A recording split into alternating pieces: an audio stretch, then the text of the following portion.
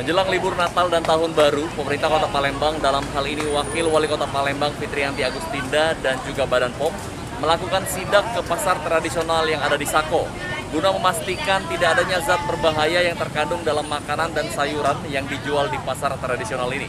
Bagaimana liputan selengkapnya? Mari ikuti saya.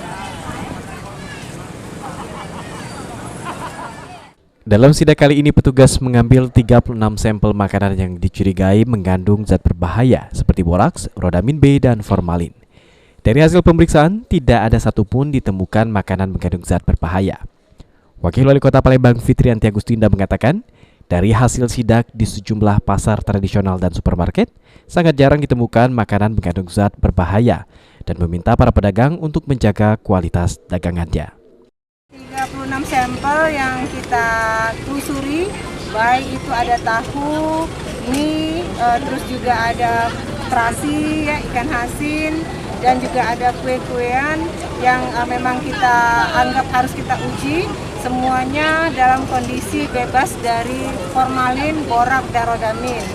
Nah, tentu ini membuat kabar gembira. Dan saya berharap juga nantinya ke depan pasar ini, pasar Sako ini betul-betul nanti bisa menjadi pasar percontohan. Bukan hanya dalam arti tertib, dalam Ya, itulah tadi pemirsa sidak yang dilakukan Wakil Wali Kota Palembang bersama dengan Badan POM, di mana dari 36 sampel yang diambil tidak ada satupun zat berbahaya yang ditemukan di pasar Sako. AGKND, Abidin Riwanto melaporkan.